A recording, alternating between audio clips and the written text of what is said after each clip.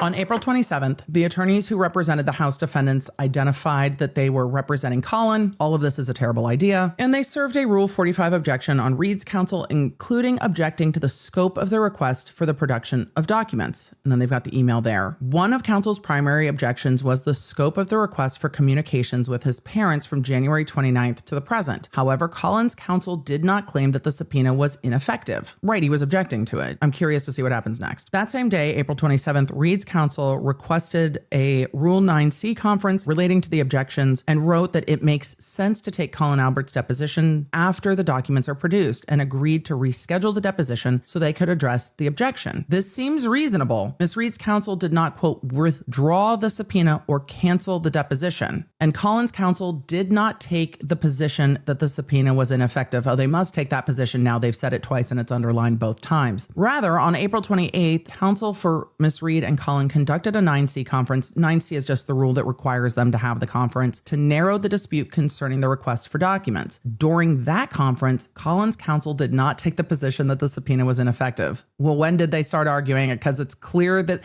the foreshadowing is strong. Nor did Ms. Reed's counsel withdraw the subpoena or cancel the deposition, but they did discuss the possibility of narrowing the scope of the subpoena. That's what they're supposed to do. As a result of the conference, the very next day, April 29th, Reed's counsel provided a proposed narrowing of the subpoena's requested documents, specifically addressing the main concern, which was Colin's communications with his parents, and counsel asked for a response to the proposal. Rather than respond in good faith, Colin's counsel began efforts to thwart the subpoena entirely. For 3 weeks, Colin's attorney entirely ignored Ms. Reed's April 29th request.